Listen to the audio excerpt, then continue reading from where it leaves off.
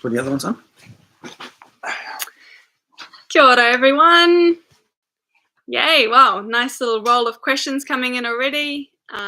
Thanks, just brightening up the room a little bit. Yeah.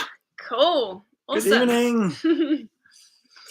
Hope you guys all enjoyed or managed to watch the recent GoPro video of, behind Klaus's mind. Sorry, I haven't watched it myself yet. I did. It was a little bit nauseating, so we'll see if we can make sure we stabilize it a little bit better for next time. But really, it was actually a really nice piece seeing it from behind there. So excited and loving the feedback so far. Cool, let's get into it. I see all the questions are rolling in already, so let's get to it. Rachel, first up. Kia ora. Hi, Western Australia calling. Yeah. So hi, Klaus and Frida. Thank you for answering my question.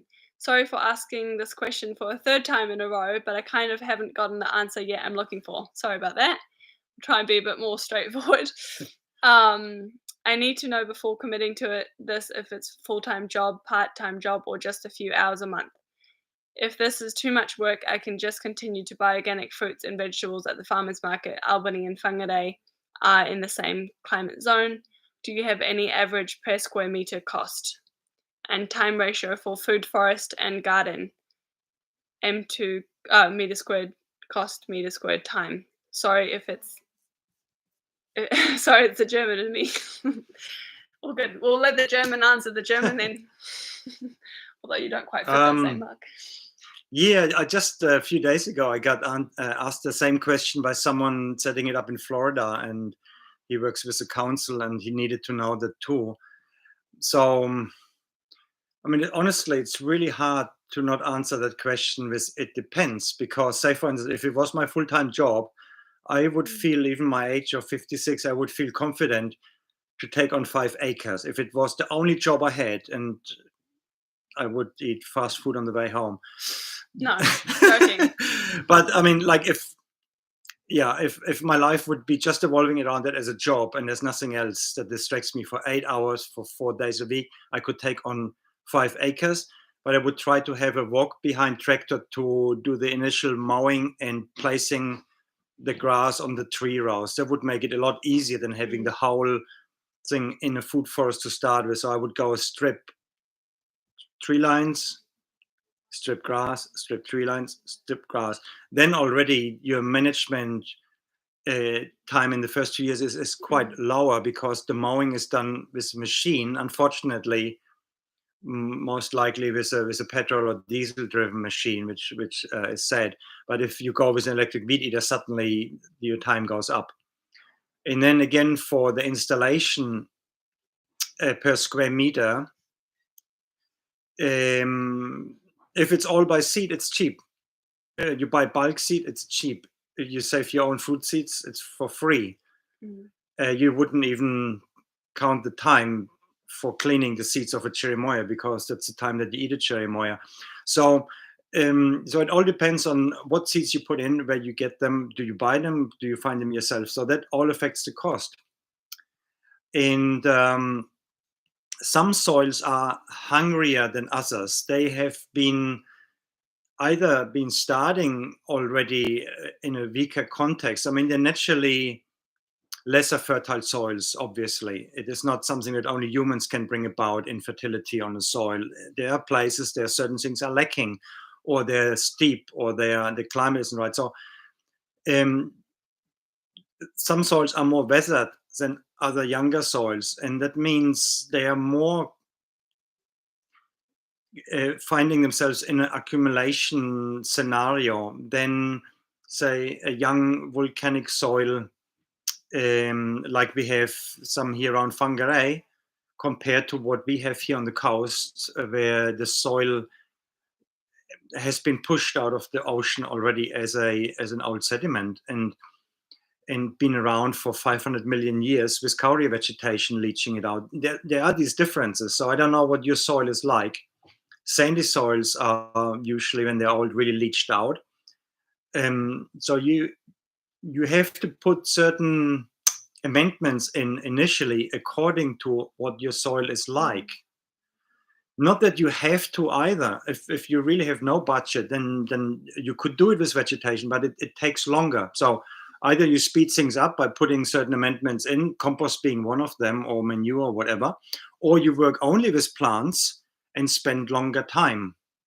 So you have to weigh up what you have more, time or money. If you don't have either, and you find yourself on a really marginal, depleted, degraded soil, then of course it gets costly.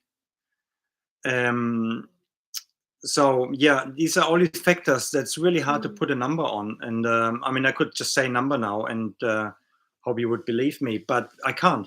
I just can't. I think also, to give you a definite answer in terms of throwing yourself into it as a job or doing a part-time job for a bit and subsidizing by buying more of your veggies of yet. I think also considering the factor of your skill set and knowledge that you need to acquire from this as well. If you feel really apt and really knowledgeable and I am really confident in the practice of using machete and sickles and weed eaters and whatnot, that obviously already helps because you can estimate more about what sort of time it's going to take, but also you can do it actually quite efficiently and fast because you're apt in using those tools. If you're not, and if you're quite new to this, even on a theoretical and practical level, then maybe the more wise thing to do would actually just be doing a 10 square meter trial block where you just engage with that and actually see what it takes and train yourself up even in the knowledge and the practice, and then go from there. So yeah, our advice based on just the little that we know about your situation would be don't risk throwing your job away for this if it's a new embarkment for you.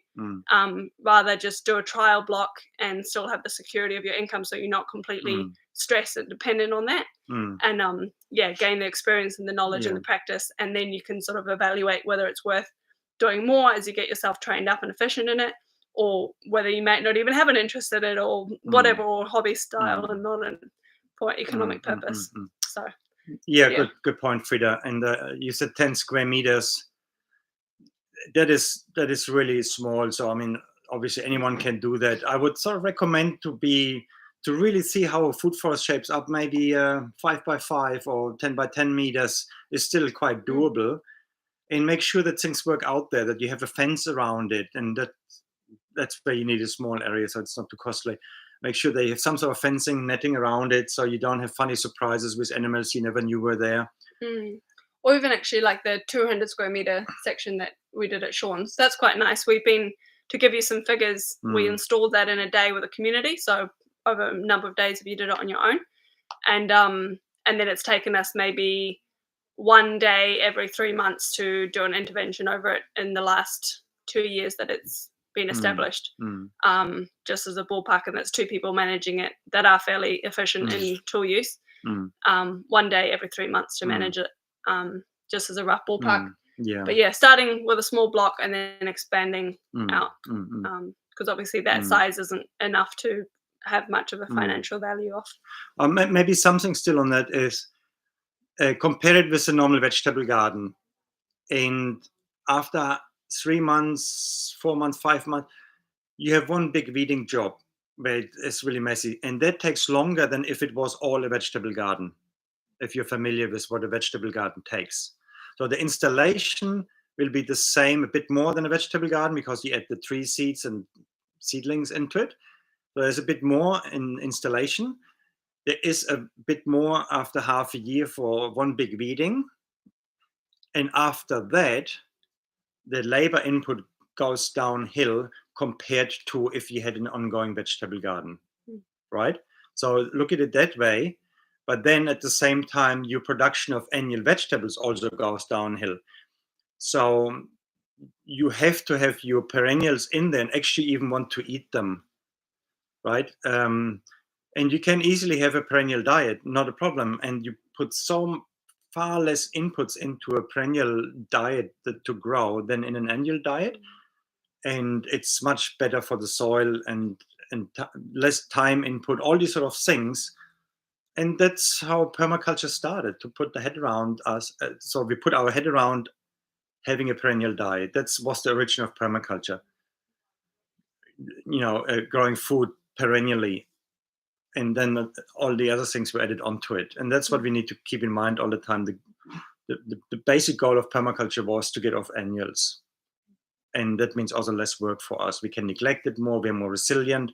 We can handle drought and flood and all these sort of things easier with a perennial diet. And it's less work, more fun. Okay? And no ongoing costs. So I hope that somewhat answers your question for the third time. Yeah, let us know if you want us to be more specific in certain areas if we missed what you're trying to get at. Hi, John and Mark. Awesome. And Aaron. Awesome. Hi. Cool. Mark, how tall is the extension climbing frame you use for trimming the taller trees? Not tall enough. I actually did a GoPro film of that, and it didn't work out. I hadn't figured out to use it properly, and I actually went up with the GoPro, and I will give you that still because it's my happy place being up there. And it's the last rung is 6.5 meters fully extended, and then since it leans on a tree, you can still stand on the last rung, so you gain another 2 meters that you can still saw, and I'm quite comfortable with that. It's exhilarating, but I find it very safe still. So yeah, you can reach with that. What we do, I could reach 8 meters easily with a saw, since I come from the upper side of the slope. Again, another 0.5 meter. But just for the ease, we usually try to keep our canopy cut at around 7 meters, just so we don't have to do acrobatics up there.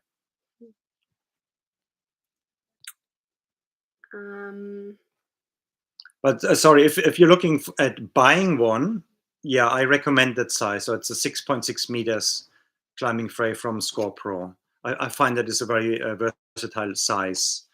Means you don't need to buy another ladder if you because you can shorten it, eh? So yeah. Yeah, so it goes from 3.5 to 6.5 meters. And kia ora, Alan and Claire. So you got a question: is Matty happy with the Makita Earth Auger? Yes. Not only is it actually good in gardens, but it's actually been really good for as a building tool. Post hole drill, and so it goes straight into clay, and we've been using it quite a bit up where I am, which is heavy clay, to open up the initial planting hole and then dig around that to make a bigger planting hole for certain trees. Super happy with it. Goes straight into heavy clay, which is pretty impressive. So yeah, and in the early days, I got a petrol PhD, and it was just awful. Often it wouldn't start, and horrible, bending over the fume all the time. And then we switched to a Makita cordless hand drill with an earth auger. And a couple of times I badly hurt my wrist. It was awful. And it like spins out. Yeah, it spins on you, and it really damaged me for months and months. So then when we saw that, we went for it, and it is really easy and straightforward and a joy to work with, and very easy on your hands as well. It doesn't sort of rip you around. It's really well geared. So yeah, that double battery. Yeah, it's just impressive the power that it can bring into digging holes. It's just like our petrol drill that we had before. And then Michelle, hi from Walkworth again. When is the optimal time to start a new subtropical food forest? What is the spacing between rows? Thanks.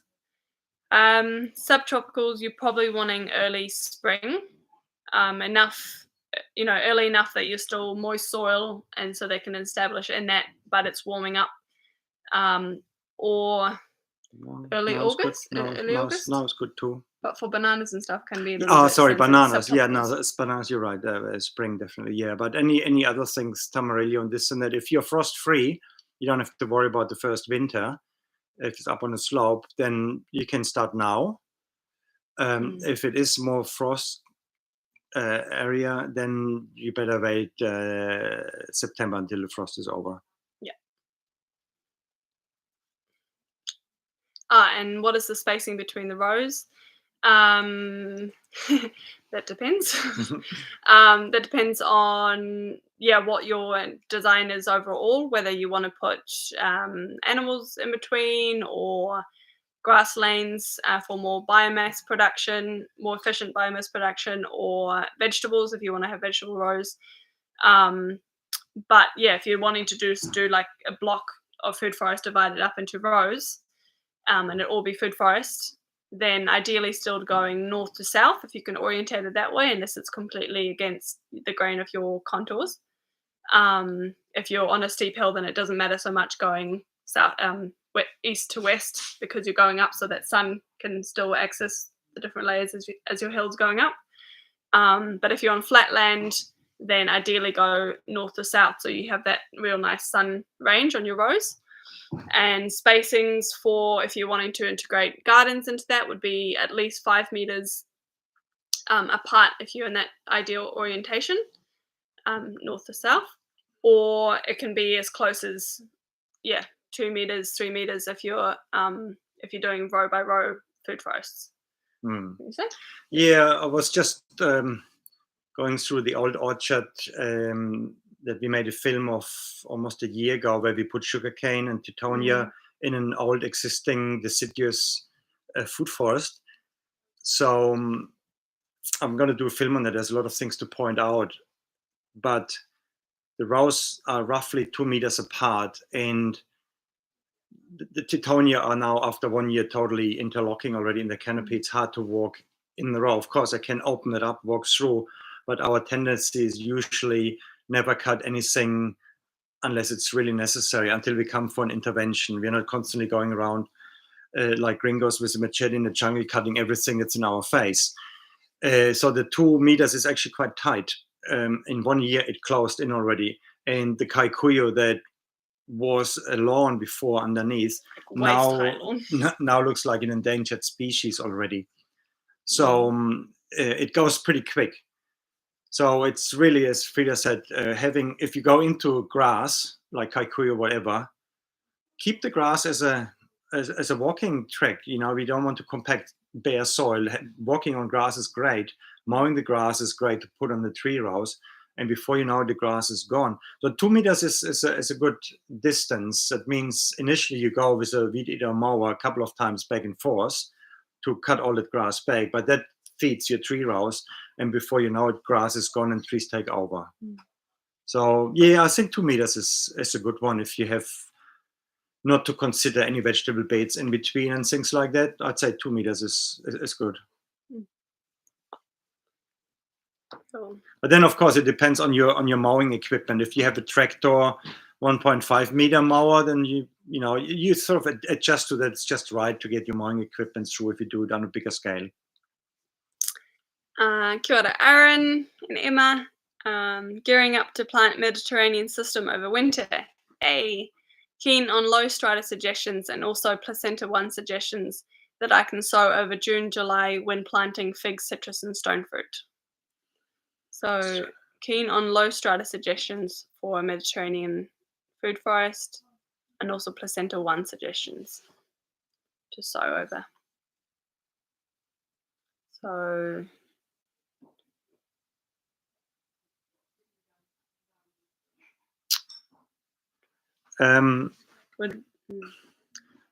so you start in winter. So what grows big time in winter as a placenta?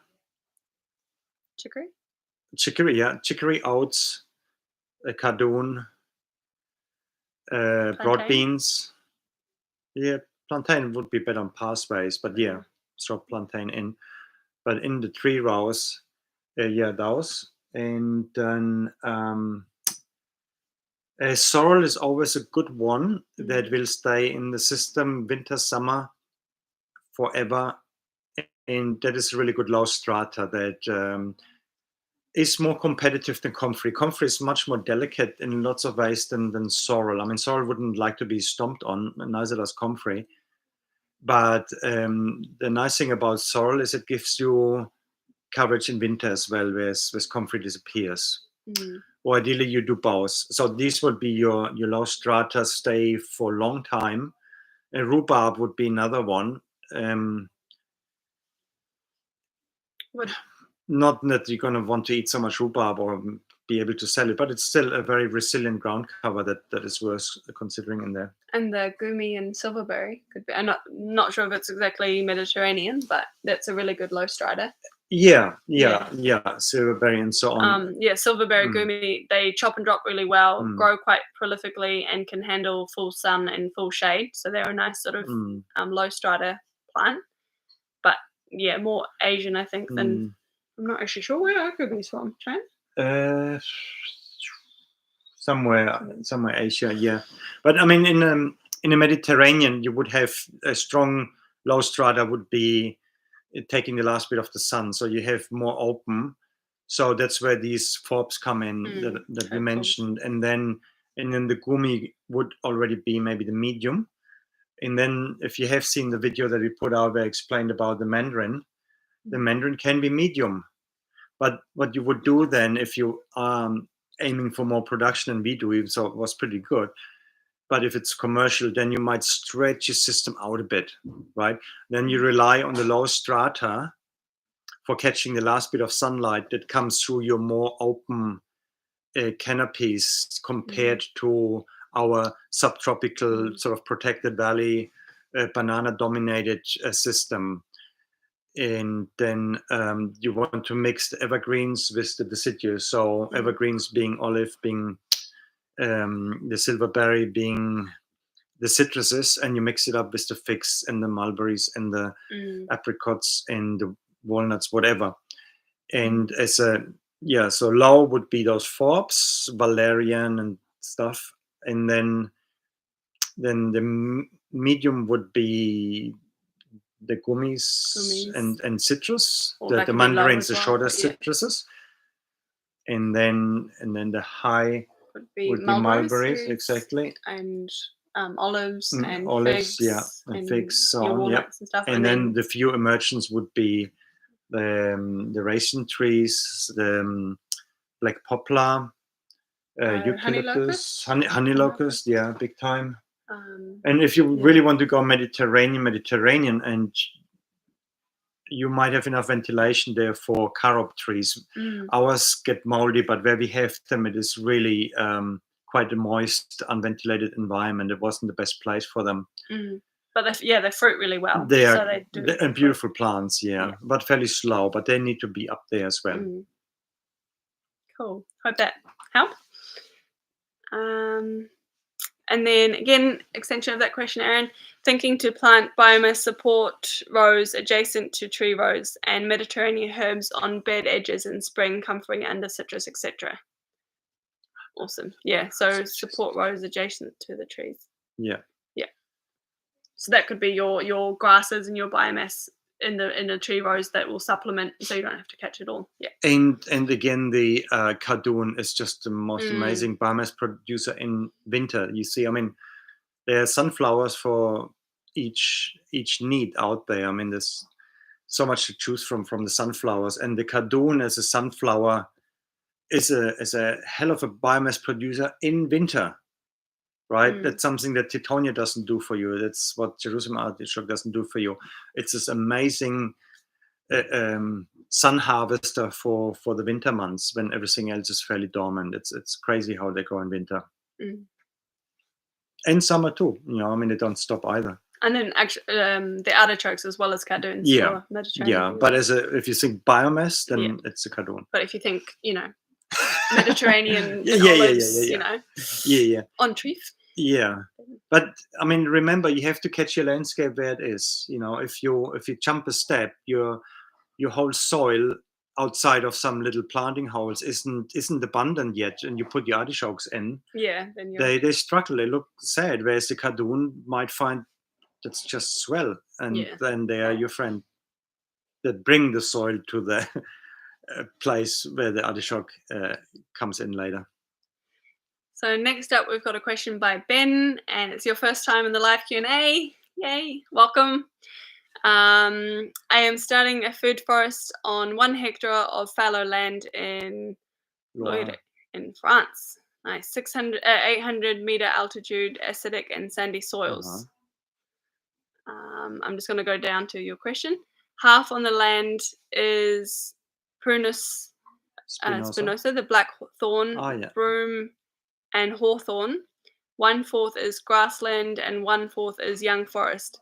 There is a few walnuts, pear on the land, and a cherry tree. How would you manage the acre? Do I manage the area?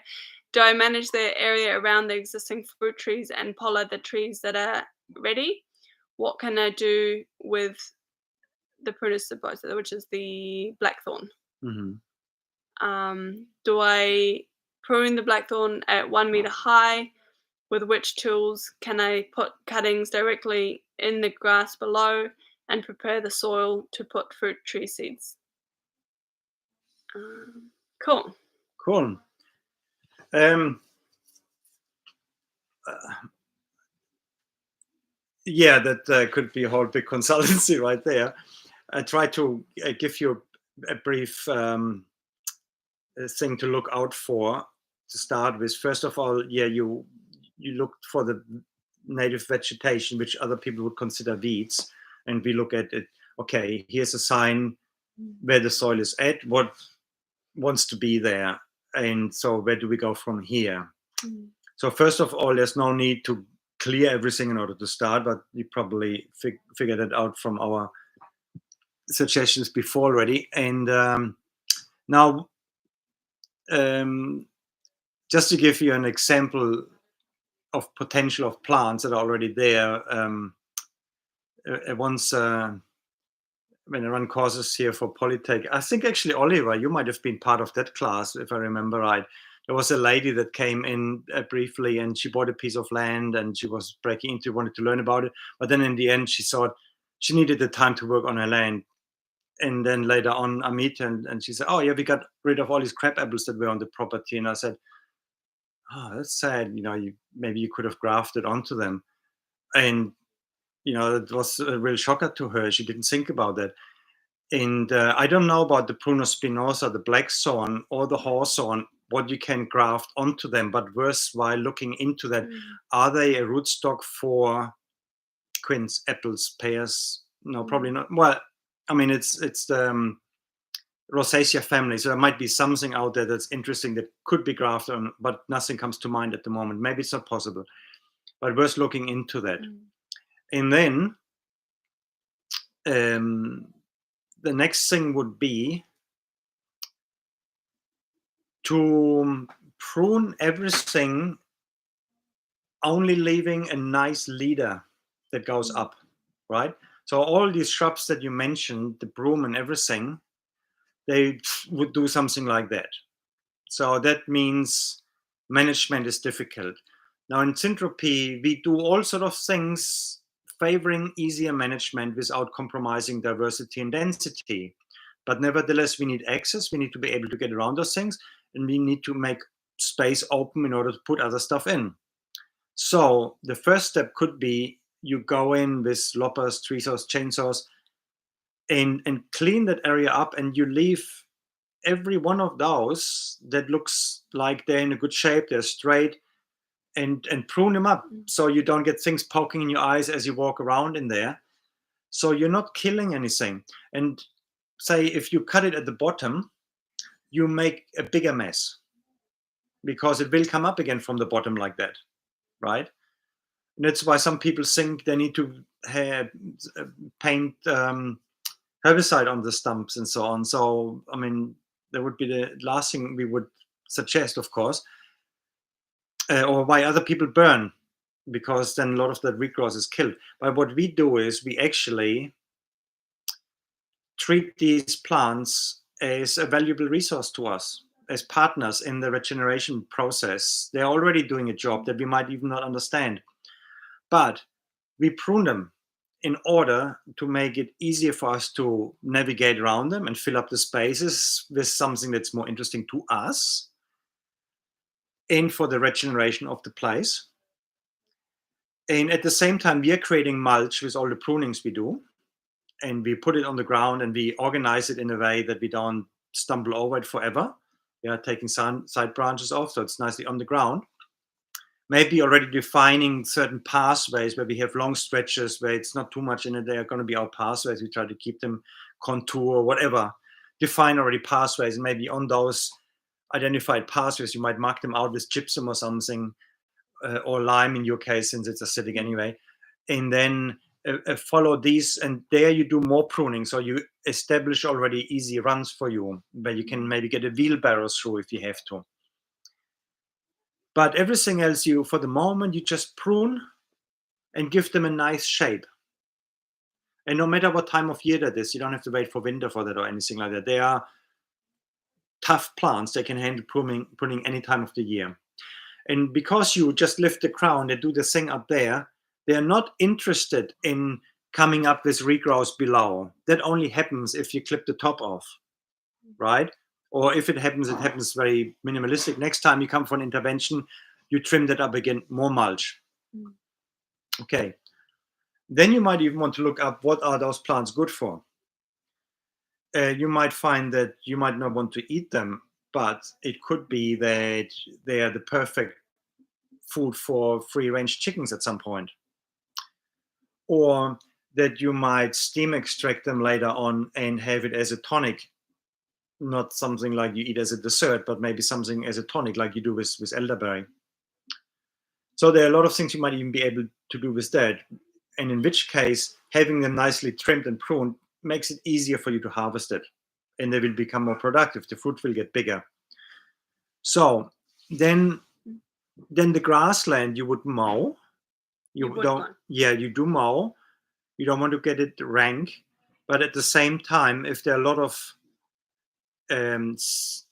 growth of shrubbery in there, you might want to consider marking at least some of those when they're in a good place and leave them so you come out of the grass fairly soon, unless you want the grass just for grazing, in which case you might want to define it as a grazing area and cut it all out and use it as a biomass producer, meat producer, whatever. And that's that. And focus on the area that have the food as part of it. Yeah. Alternatively, you could you put your other things that are useful, like walnuts and apricots, whatever might do well in your area. And of course, if it's acidic and it's sandy, good, free draining. Acidic, easy, put lime on. And then, well, the young forest,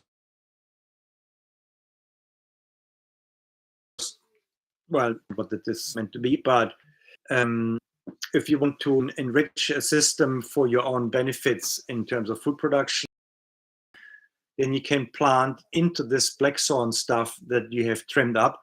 And what you plant in there, you want to put in rows so you know where it is. So if it's getting swamped up again with shrubbery, you still know where the row is. Makes management a lot easier. And wherever you have one of those shrubs, then you leave them as if you had put a shrub in there. But you keep them pruned so they're not dominating the things that you put in. But you don't kill them and you don't put them all the way down to the ground. You keep them somewhere eye height or so you can walk under the canopy without things poking your eye, but they're not too dominant on what you add to the system. So you find that balance early on. And by trimming the bottom, they're not sending off so many regrowths that you talked about. And then because they have thorns, that mulch that you get from them, you can use to make a ring around the fruit trees that you plant to keep out rabbits and stuff, right? So you make sure that the spiny stuff is on the top, so rabbits are not gonna nibble the bark off your trees that you plant. At least it would give you some protection. And for anyone in New Zealand, this would all go for all our prickly plants that we have here as well, especially the gorse. And whenever we take the gorse right down, we're just multiplying it because we're sending messages to, sprout more things. Whereas if you actually lift up the crown and almost get them into trees, then you're suppressing a lot of the undergrowth and all that. And same with, keeping possums and rabbits away. There's a follow-up on that. That's the whole That's chain. it. I Yeah, read them cool, all out. sorry. Yeah. So now we'll just go back up to the next question, which was Susie. Sorry. If you have time, I would love to hear the counterstone plant species. Cornerstone. Oh, cornerstone plant species in your perennial diet. Does it become fruit dominant? Depends who's cooking. I'd say bananas have turned from being our cash crop to being our staple food. And there's a limit how many ripe bananas you can eat until you feel it's enough, sort of thing. But you can probably triple that amount if you make it into bread and muffins. And it is the best starch apparently we can eat because of the inulin content, the resistant starch quality of it. And it's not a seed, doesn't have phytates in it, and no toxins. It's just the most toxin-free, benign starch that humans can eat because it's actually designed for people to eat it. Because normally we would spread the little seeds that would be in there, not anymore. Just to clarify, that's green bananas, using them green, not ripe in muffins. Yeah. So we do that. Sorry, I forgot to say that. And then the most sort of surefire plant, if you have no time to grow anything and you still want to have maximum food for the least amount of effort, what would it be? Pine melon. Yeah! And it's a pretty good thing to eat. Yeah. I did actually a post on it recently. Might even actually do a Patreon thing on all the different foods. But pine melon, basically fig leaf gourd, I think it's also known as. It can get rampant if you really disregard it. But to be honest, most of ours have more like died than gone rampant over the years. So they are somewhat delicate in some ways. But they do grow really fast and prolifically and produce these epic melons that you can either eat as spaghetti squash when they're mature and bake them in the oven, or boil them up and get them as spaghetti stuff out, or eat them young like winter zucchinis. Really nice. Yeah. Really good perennial food. Actually, going off that question, we've had a question sort of come up quite a lot through our comments and just in general from people, which is, what else does a food forest provide other than fruit? And we might just get through some of these questions first, but close up on that question because it's a good one. Because food forests definitely don't only just provide fruit. They provide a number of different resources and foods and stuff as well. So we'll just extend on your question on that. But yeah, our cornerstone plant species in our diet would be pine melons and bananas in the diversity and effortlessness that they're required to grow. So yeah. And Neville, evening. How would you set up a food forest where you can only visit the site 1 to 2 times a year? North facing grass, kaipara clay. Thanks, folks. Doing really slow and natural successional, probably food forest. So you wouldn't be going in with crazy amounts of resources and labor. You would, if it's kaikuyu and clay, go in first with your tittonia and your poplar and your brush wattles and all those sort of things. And then again, you can just let that do its thing and grow for a year.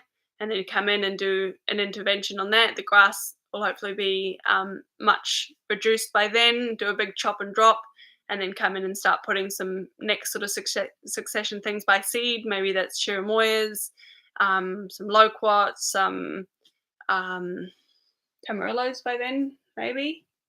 See what the soil's like, and then let that do its thing. And with the things that you've just pruned back, the tittonia and the poplar and the brush bottles, to bounce back again. And yeah, basically you'll just get into more senescence than if you were more regularly there. But just working with that and 1 a year food foresting in the initial period is, you'll definitely get there and be like, oh my gosh, overwhelmed, what's going on? But really quickly manageable if you just use simple plants to manage, like the 3 I mentioned, and plant them in rows and come in with good tools. Then it's Mm. pretty easy to manage in that Mm. time. And then as the years unfold, like there's areas of the food forest here, fully mature food forest, that we don't tend to more than once a year as well. So it's perfectly natural Yeah. as it evolves. Yeah. Yeah, I'd say 1 or 2 visits.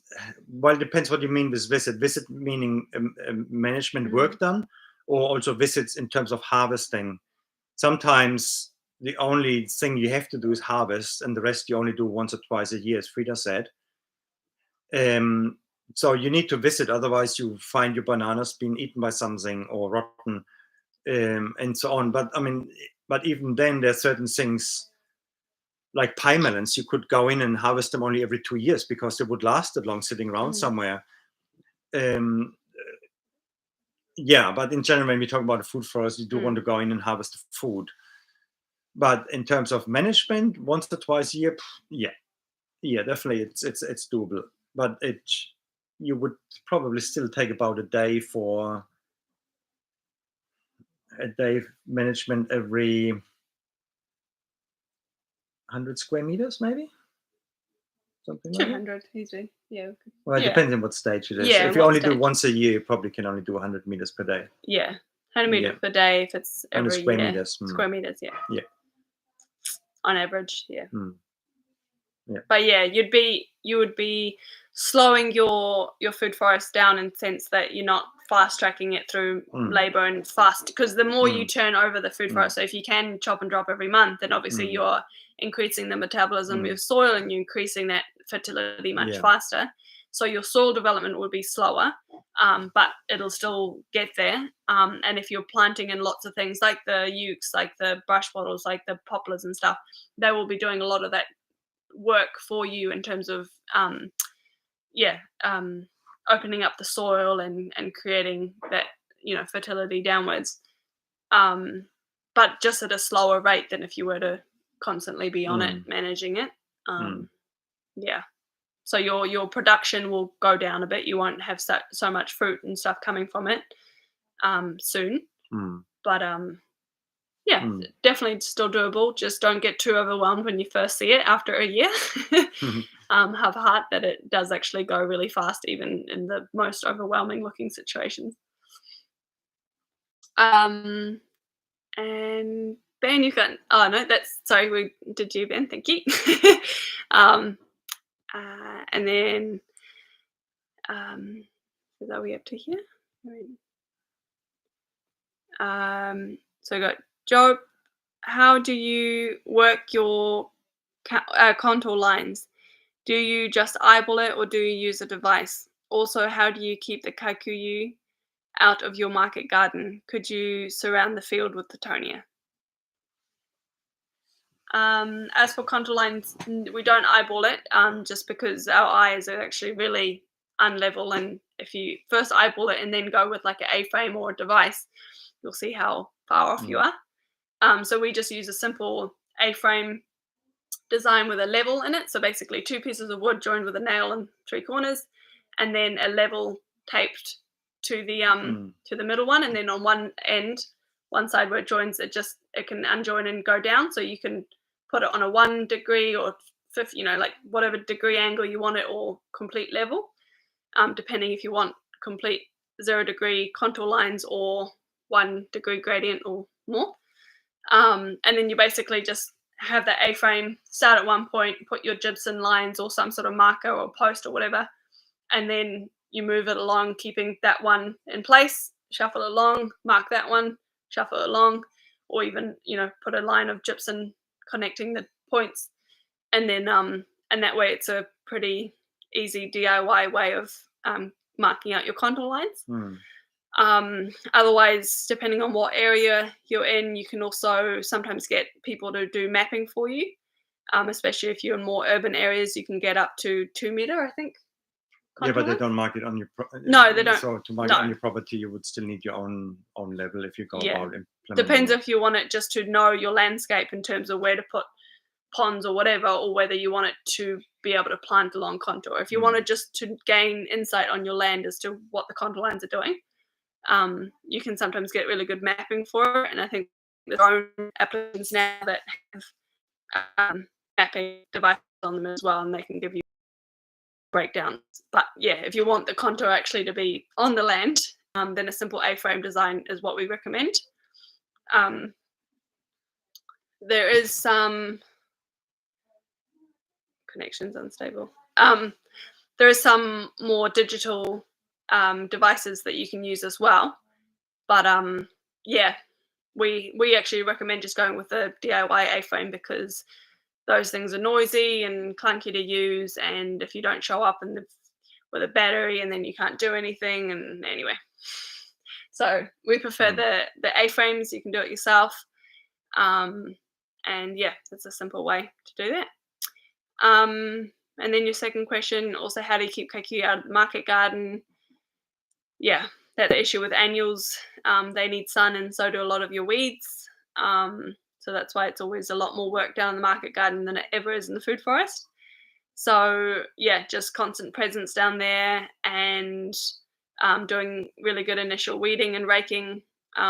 So whenever we used to use a rotary hoe in the garden, and every time we'd rotary hoe, we'd also rake out any of the weeds and kikuyu that showed up over the last 10 years. We sort of did that, and that stayed on top of it. For the last year and a half, we've been doing no dig, no till in the market garden, and so it's required a little bit more weeding, but they have been established gardens, so it's not so much. But our cocksfoot borders and heavy mulching has really helped, as well as presence. But yeah, that's a strong one in the market garden. We also lost a lot of weeds for not digging. Like the speedwell is not an issue anymore. That was our worst weed in winter, speedwell. And the other one, the oxalic acid one as well, that was way less, now in the buttercup. So yeah, exactly. You win some, lose some with the no-tilling. But yeah, cocksfoot borders, strong borders, marked lines, and yeah, you could do Titonia around the outside for sure, just to keep it at bay. But yeah, you would have to prune it a lot. You'd have to prune it a lot, otherwise it just runs over everything. Yeah, and that would be outside your whole garden, not surrounding your beds. That would be crazy. Yeah, hope that helps. And you got another question adding on to that. We are in the Waitakere foothills on yellow clay. How would you start on a hillside with kikuyu grass up to the top of your thighs? The golden question. Titonia. Yeah. Basically that. Yeah, just basically shade and planting. We don't recommend doing black plastic or cardboard or anything like that. It just sort of suppresses everything, and the first thing to bounce back will be your kikuyu. And in the meantime, you've got stuff flopping around and flying around, and just a depressing thing to look at. So we would recommend weed whacking the area first. Also do your banana grass and your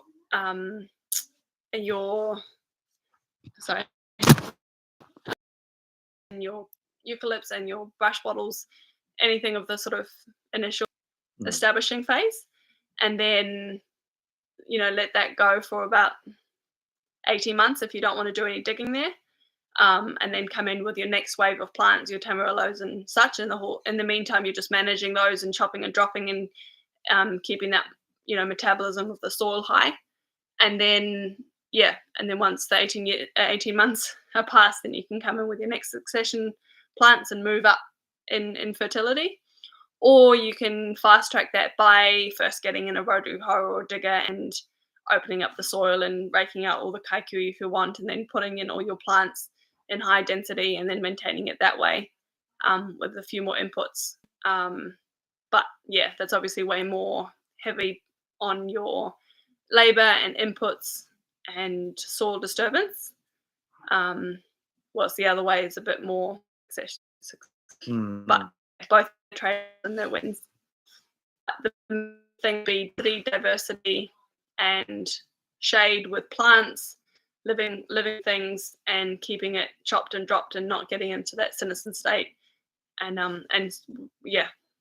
soon you won't even remember you had kikuyu there.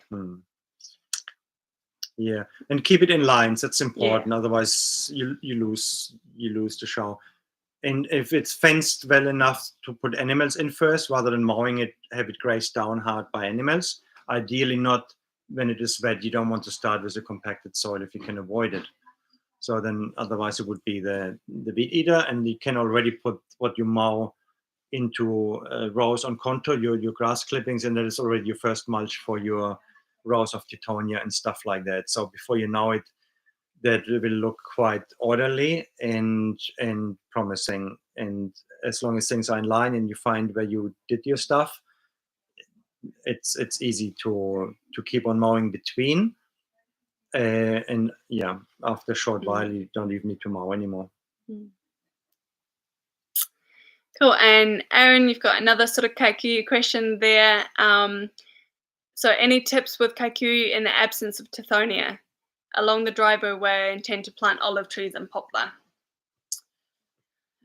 Well, yeah, if you've got any open areas that you want to leave open but not have Kaikuyu, you'd be looking at mowing until you can outshade that space with the olives and poplar. But I think in the establishing phases of your poplar and olives, you could always put Teutonia or banana grass or something in there, let them all do the job, and then by the time your olive trees are actually olive trees, and so your poplars, you can phase out the Teutonia and then have your olive trees. But yeah, it'll be more regenerative for the place. It'll help the health of your olives and your poplar to have Teutonia there that you're managing rather than Kaikuya that are stagnating the olives. So I would, still recommend Teutonia, or at least a density of biodiversity underneath the canopy until it closes over naturally.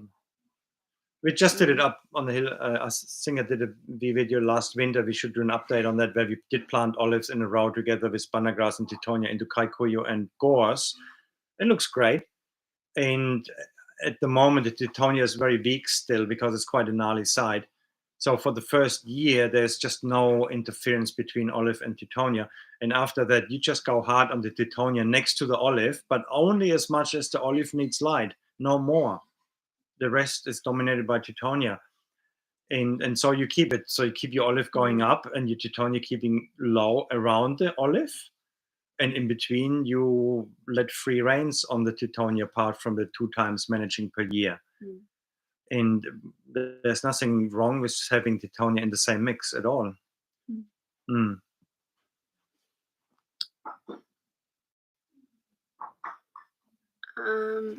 Katie, hi Katie, and the Kaipara. I have an area where I'm preparing to plant a food forest that is mostly rushes.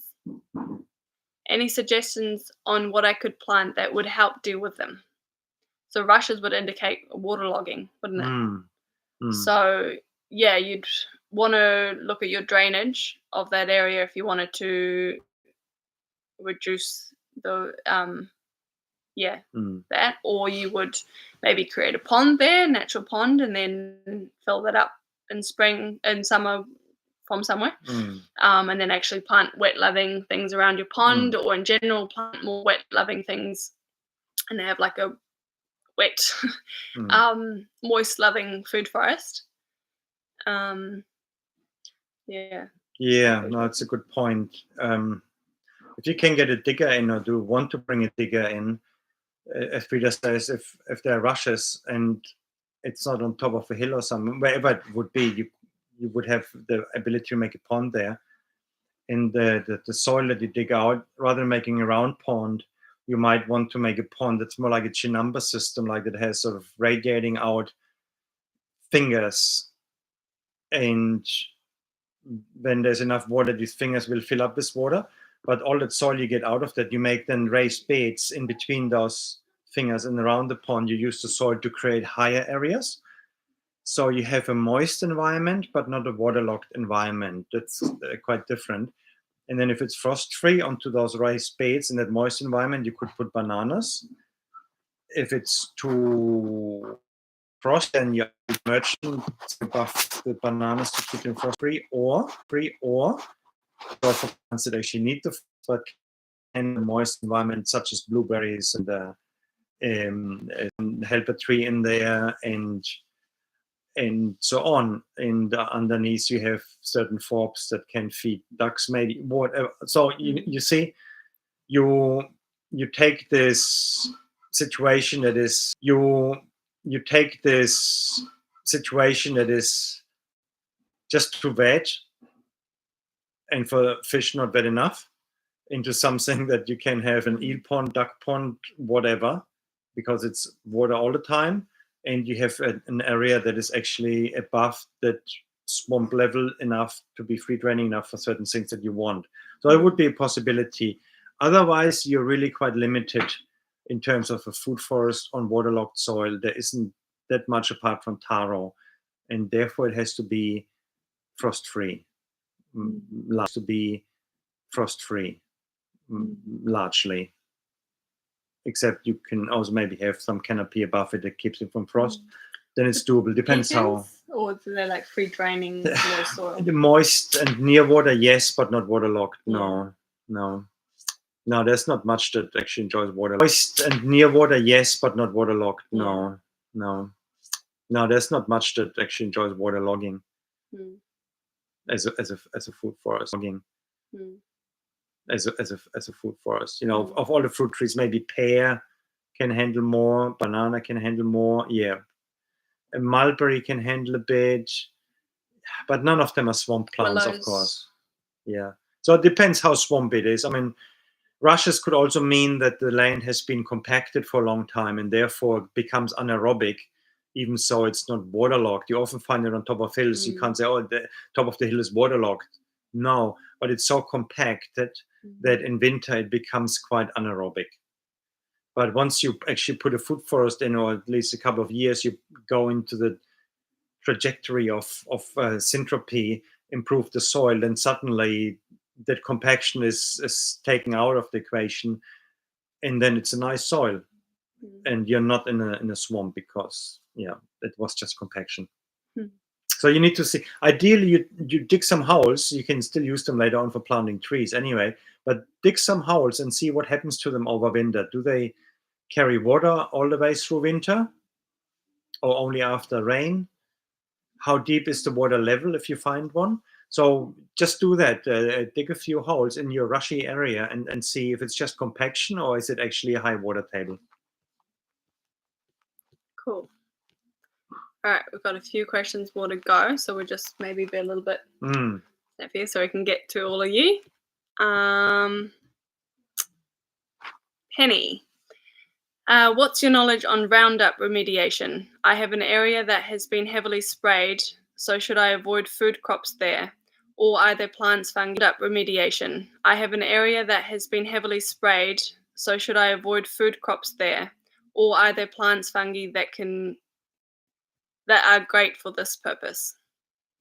I'm in southeast Queensland, subtropical clay soil, 25-degree slope, and is currently covered in wood chip. Also, is there a hybrid sunflower that doesn't produce seeds? How does horse manure compare to cow wanting to make seed bombs and there's lots of horse manure available? Awesome. We'll tackle the first question first. So, knowledge of Roundup remediation. That's a tough one. Well, I don't have any experience myself with that at all. I heard that humic acids and charcoal and so on are quite good at binding these things and neutralizing them. So the nice thing about Roundup, it is not so heavy metal based as some other old pesticides like lead arsenide and so on. That's the Roundup itself I know. does it. Glyphosate itself doesn't have heavy metals, but the Roundup is a composite of different things, and that does have heavy metals. So there are definitely some of that as well, which was a surprise when I found that out a while ago.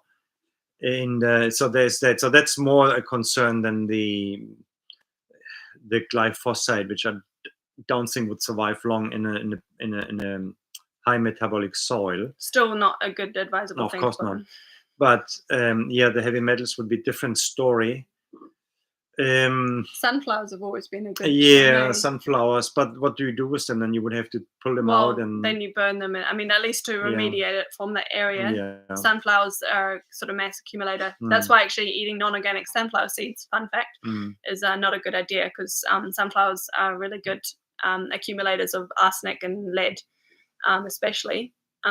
So yeah, planting those in that soil for a few years and then taking them away, drying them, burning them, and then disposing of the ash would be a way to sort of get that out.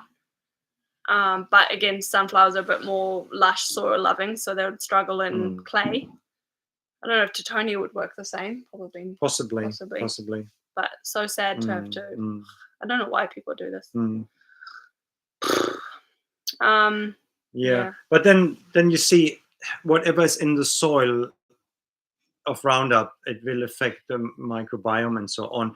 Once you have high organic matter in the soil by going on the syntropy path, you will. Then all these toxins and heavy metals, they get either neutralized or bound up, and so the impact is not as bad. That's the land you have now. So I mean, we all inherited in some form or another polluted land.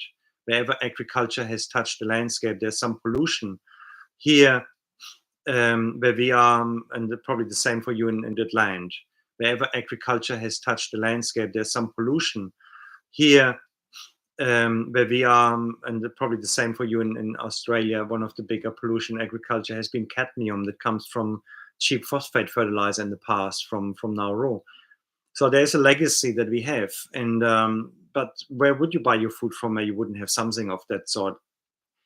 But the difference is, if you buy sunflower seeds, they have been actually sprayed with herbicides in order to dry them off enough to have them go through a combine harvester. That's quite different, having your actual crop just before harvest being sprayed with a herbicide than what you inherit on a soil that you're starting to regenerate. So maybe do a soil test, find out how bad it is. But overall, I mean, yeah, growing sunflowers in order to burn them is a hard one. I hope we don't have to resort to things like that. It's awkward. So, but do a soil test and see. Maybe you don't have to worry too much about it. The glyphosate active ingredient, I wouldn't worry too much about it down the line. It's just we don't want it on the food, and of course we don't want to use it full stop. Because of the soil life it destroys and stuff. Yeah, it's an antibiotic in the end. Hybrid sunflower doesn't produce seeds. So Titonia is, for us at least here, I don't know how it's for you in Australia, but for us, Titonia does not make viable seeds. In your case, it could be different. I know there are different varieties that are not hybridized. So yeah, that would just be a matter of maybe looking up in your area. Someone that could be interesting to get in touch with in southern Queensland is Scott Hall, and he works a lot with Titonia and some other plants in that area. He's got a Facebook page and whatnot. So Scott Hall would be a good one for anyone in southeast Queensland or New South Wales, all that area. And then your third part of the question, how does horse manure compare to cow wanting to make seed bombs and there's lots of horse manure available? Well, for seed balls, it shouldn't really matter either or, whatever you have handy, I guess. I haven't made seed balls for a long time. In our climate, we don't really need to do that much. I don't know how they're interchangeable. Give it a try. In the end, it probably comes down to how much clay you use with it. Cool. Speaking of Scott Hall, Ben commented, I watched the video of Scott Hall about grass succession, so I remember that it's better to let the grass rows grow tall before cutting them so that tall grasses get established. Oh, interesting. Cool.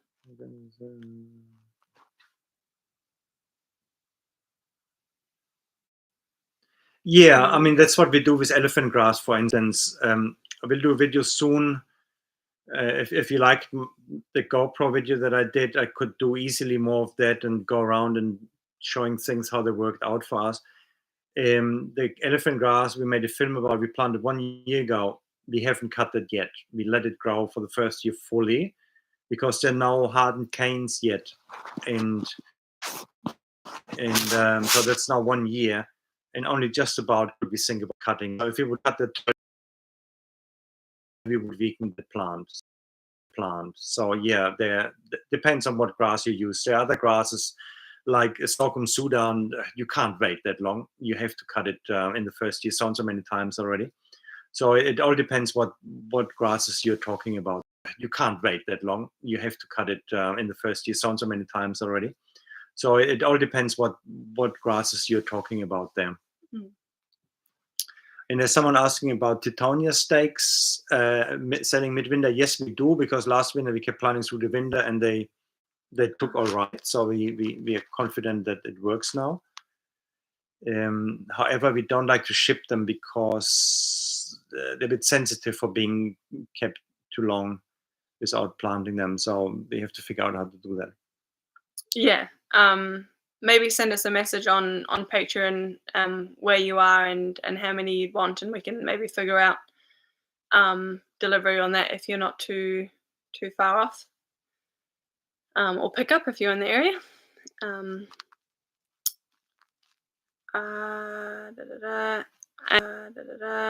And Aaron, yay to Tony for the win again. I think I love it as much as you do now, all from those few steaks you gave us. Thank you. Awesome. Yeah, especially this time of year. Klaus and I were just talking and they're just looking so stunning. Yeah, just amazing. And Ben, I think this is a clarification you're wanting. On that grass, but it confuses me a bit, which with the weeding in the beds, do I manage the beds differently than the grass rows? For example, do I let the chards grow tall so that they do their decommpaction job? Chards. Chards. Well, I mean, there's always something that needs a different type of management, especially when you're more so vegetable oriented. For instance, with the cocksfoot rows on the side of our beds, in summer we mow them like every 2 weeks, 3 weeks, huh? Cut them back, the cocksfoot. Yeah. Whereas the vegetables, of course, you don't, because like especially Swiss chard or something, you want to get them tall, and then you start twitching the leaves off to sell. And so we wouldn't as such cut them. Whereas for the cocksfoot, we use a electric hedge trimmer, or nowadays we actually use electric lawnmower to do that. And we do that much more frequently. So recognize that. You don't want to start mowing, even with a sickle, you don't want to start mowing your grass rows and say, there was a little tree or there was a vegetable or something like that. The grasses ideally are a row to themselves, because they might take more frequent or less frequent management, and they're much easier to mechanize. There's a reason why the whole world wants you to eat grains, because they're the easiest to mechanize. Yeah, so keep that in mind. And as we have grass in the system, it is most of the time just for biomass, and that's where mechanization makes a lot of sense. Biomass harvesting in form of grasses. So that's where we use the hedge trimmers, the mowers, and so on. Yeah. So we've got 2 more questions to go through. Oh, thistles, he meant, not chards. Oh, I see. Yeah, sometimes the thistles you might, I mean, yeah, just to clarify, we do keep thistles when there's nothing else more interesting next to them, and certain soils, they're not ready for cardoon, but they're ready for thistles, all right. And we keep them, and usually we give them 1 cut when they start to flower, in order to have them come up again with 10 times the amount of flowers. And then we take them out, or by the time they're finished anyway, and cut them off and mulch them, and maybe around a tree to keep rabbits and stuff away. Yeah, so during the whole summer season, a thistle might be managed twice, maybe 3 times, whereas a cocksfoot or something like that would in the same time be managed 6 times. Something like that.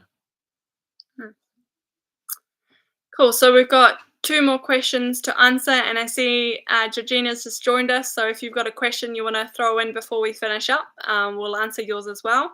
And then we've got just 2 questions that have been submitted by people that couldn't make it tonight. Yeah, and then after that we'll finish up for the evening before both Klaus and I's voices go completely broke. So Question from Ben. Other question: what kind of lanolin do you use for mushroom cultivation? Where can you find it cheap? Not for skincare. We just He's in happened to France, so you can use. buy one because once I thought that would be good for our oil skin jackets as a cheap wax, and because it's a wax rather than an oil, and I only could buy a 20-liter bucket at once, so we had heaps of that stuff that we don't use nowadays. So we used that. It's a welding supply stuff, but otherwise for small quantities, just get some pruning wax, and normally it doesn't have any fungicides in it.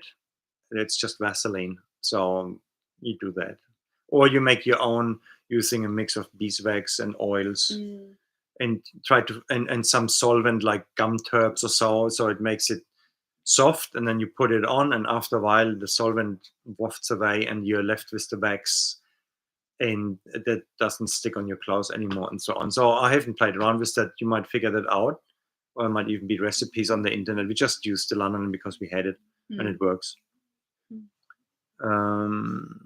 Cool. And then what was it? Oh, and then Talia. Hi, I'm new to this community. Welcome.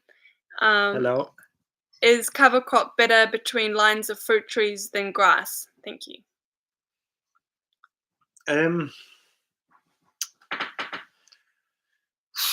Well, one thing again, it's the manageability, and grass lends itself better for mowing and produces more biomass than other things.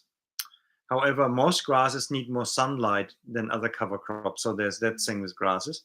But say you walk a lot on it, and you cannot have, say, chicory that easy on a pathway where you walk a lot on. It doesn't like it.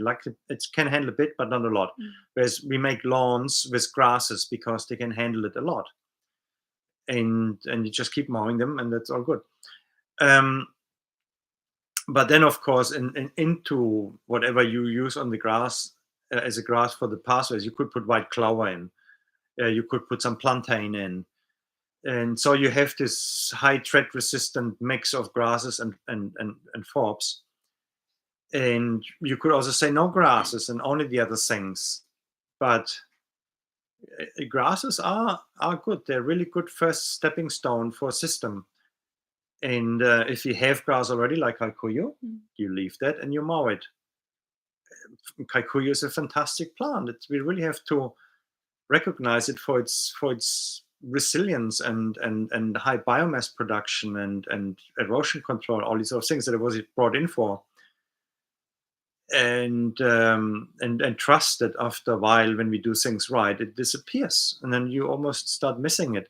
But you want to replace it with the right forbs that take over, be that shade-loving grasses, cocksfoot, ryegrass, and so on, in plantain and chicory, and so that's your green manure. That's perennial. On your pathways, you don't want to grow annual cover crops because they're very sensitive to being walked on, like daikon radishes. They don't like to be walked on, or annual ryegrass. And annual ryegrass, again, it's a grass that can handle it. So the normal cover crops that we put onto cropland wouldn't work between tree rows because they normally don't like to be walked on. As simple as that. And then like peas, for instance, you don't want to walk on peas. They hate it. But in around the trees, in the tree rows, there's another room where you can throw in some cover crops, as long as they don't start going all nuts on your trees and climbing up and this and that. There's still room between your pathways and within the tree rows for cover crops and vegetables as well, because that's where you don't walk. So that's where your cover crops, vegetables go in, like daikon, broad beans, maybe some more edible chicory, the red radicchio stuff, and or your lupins if you have pest problems that eat your other stuff, and then if you need to understand your pest problem as well. I'm going to talk about that soon in a video. what your pests are, the so-called pests, and that can really throw a spanner into your food forest, like rabbits, like pukekos, and pheasants, and rats, and these sort of other organisms that share our food forest. Now, there are certain crops they don't like. So maybe if we can't get handle on those things by protecting our plants, it's too much, then we might want to put in some cover crops that is not of interest to them. So one of the ones comes to mind is inkweed, for instance. You could go around collecting inkweed berries and throw that into your system, and you're sure that your now rich, fluffed up soil in your tree rows is not going to be bare just because you have a couple of rabbits frolicking around in there, but that you have a really nice cover crop that is deep rooted, prunable, winter hardy, and rabbit resistant, and so on. And that is inkweed. It's fantastic, but of course it doesn't produce a crop. But there's situations where you don't get a crop because you are not able to protect your system. So yeah, there are a lot of cover crops that you normally don't buy in a seed shop that are still interesting. Cool. And crack up that Susie noticed my face when Klaus said you might miss Kokuyi. Doubting you. It's true. Wait for it. Georgia, welcome, and you're the last question on a live Q&A tonight. We'll finish up with 2 of our absentee questions after this, though, as well. So anyone that's on here, feel free to stay on for those. And obviously, feel free to stay on for those.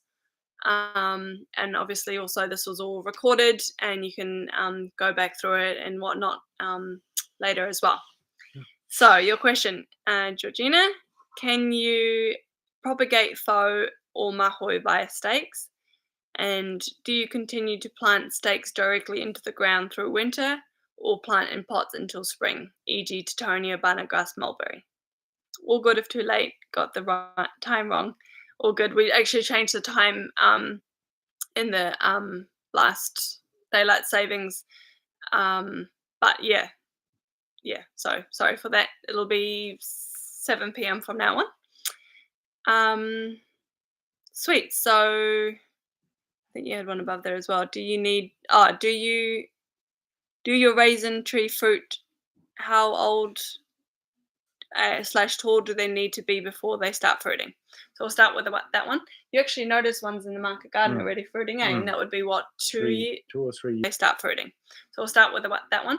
You actually notice ones in the market garden already fruiting, and that would be what, 2 or 3 years, 2.5 years. 2.5 years, yeah. Yeah, so 2.5 years they're already starting to fruit.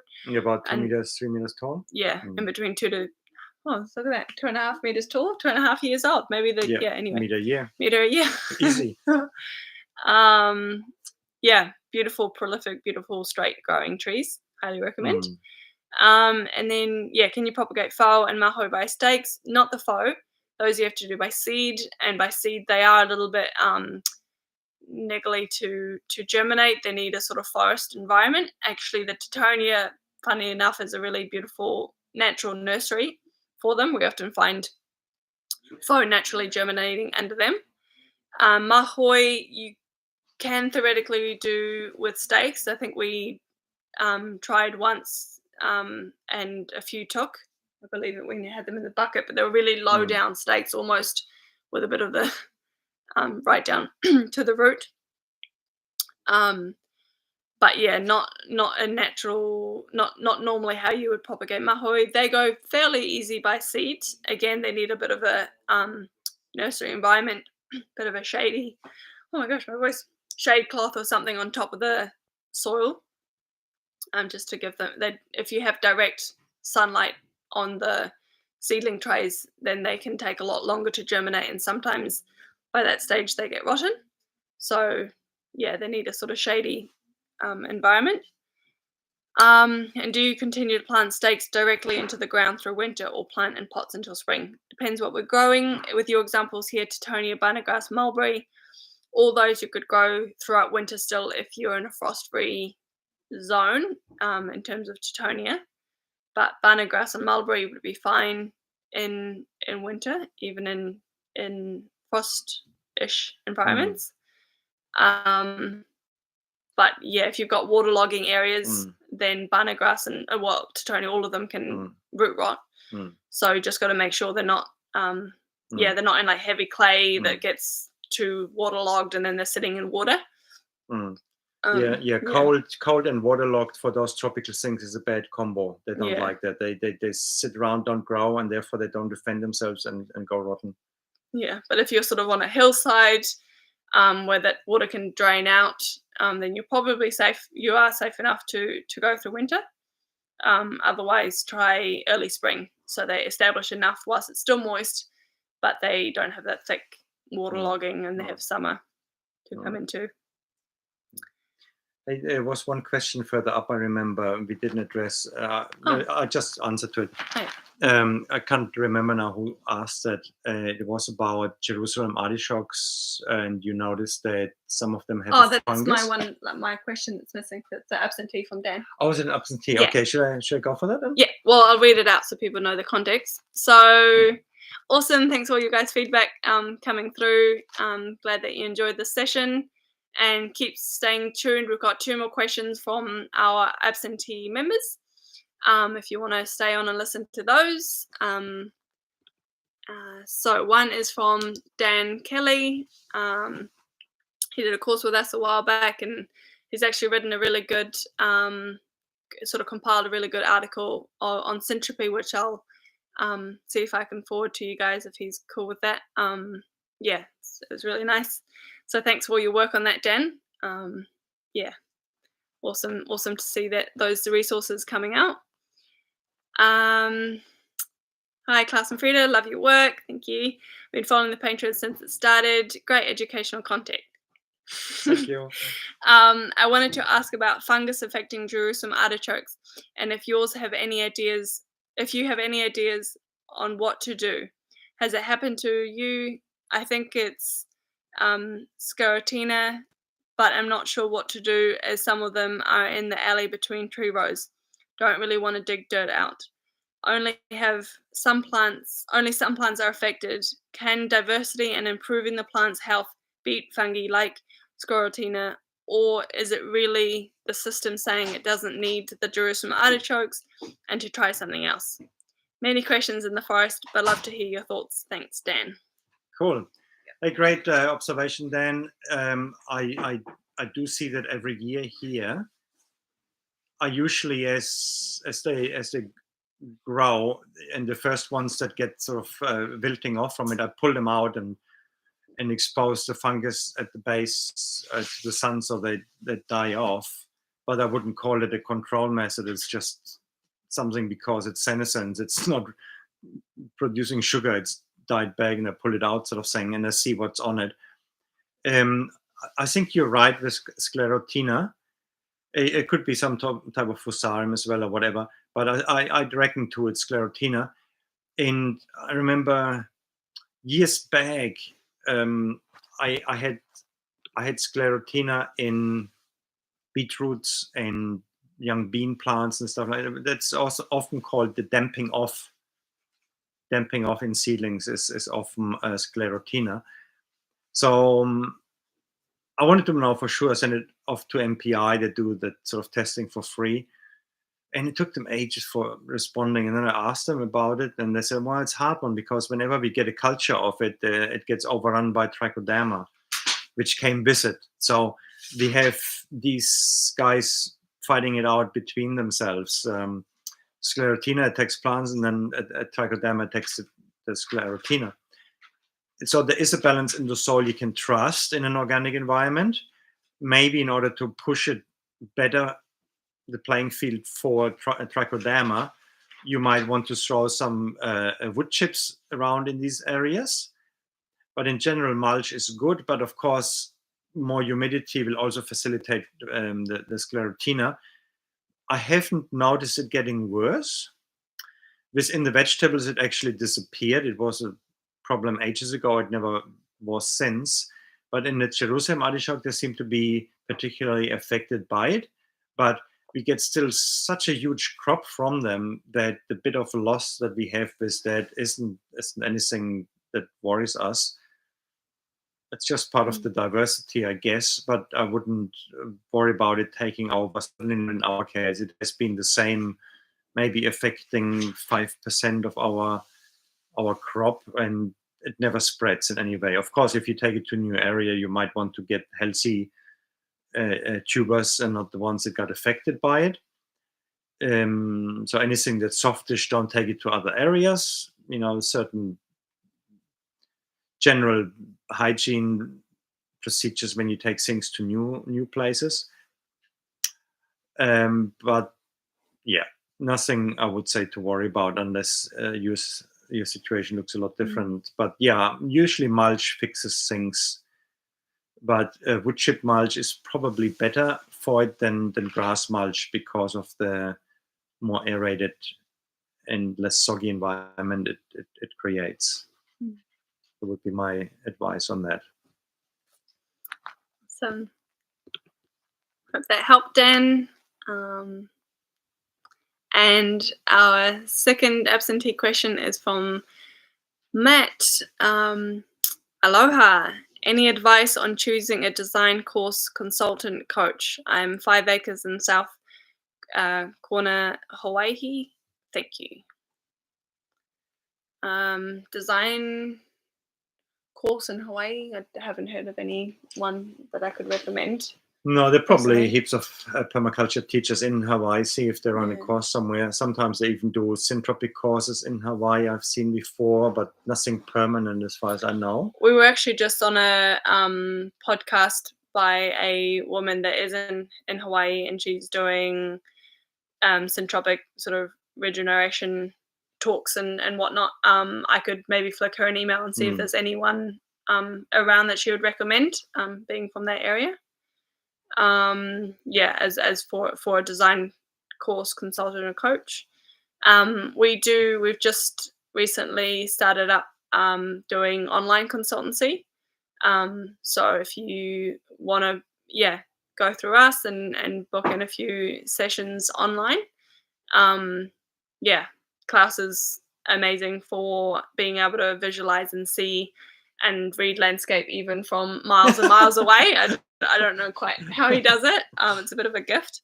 So there's always that option if you're wanting to have that as a medium or coach through the process of once you've got someone there reading the land inside, or once you've done a design course and you want to run it by us and coach you along it. I'm happy to organize something like that. But in terms of knowing someone there to recommend, I wouldn't know yet, but I can ask around some contacts. But coach is always a nice thing, especially if it's a new journey you're embarking on and getting guidance step by step. Because this it's complex. Once you get going, you get more, those complexities simplify, and you gain the experience and the knowledge to be able to navigate those spaces. But it can always be helpful to have an experienced eye to sort of give you confidence, because there is definitely times when you look at your system and go, oh my God, what's going on? It's quite overwhelming. So it's a good idea, good query to put out. And that goes for everyone on here. If you are wanting to have any extra guidance one-on-one with Klaus, we've recently doing the online consultancy, which I can put a link to on this live Q&A if anyone's interested. Awesome. Penny, thank you so much for all you guys do. I love some more info on the consulting. I'll message you on Patreon. Awesome. Yeah, I've put something on the website anyway. I've put something on the website, but not on Patreon itself, so I'll do that as well. Awesome. So that's a wrap up for us this evening. Great questions that actually went super fast. We're half an hour over, but it doesn't feel like it. So thanks for all your stimulating questions coming through, and the diversity of people on here. It's awesome to see the community growing and having some new names on here. So thank you again for contributing to this collective intelligence. And yeah, thanks for supporting us on Patreon and researching more and more on how to regenerate and share this knowledge. So big mihi to you guys. Thank you. Thank you so much for coming on the Q&A, and I hope it was helpful for you and I was enjoyed. Till next time. Ka Aloha. kite. Yeah, don't forget this will be recorded, so you'll have it soon. Ciao.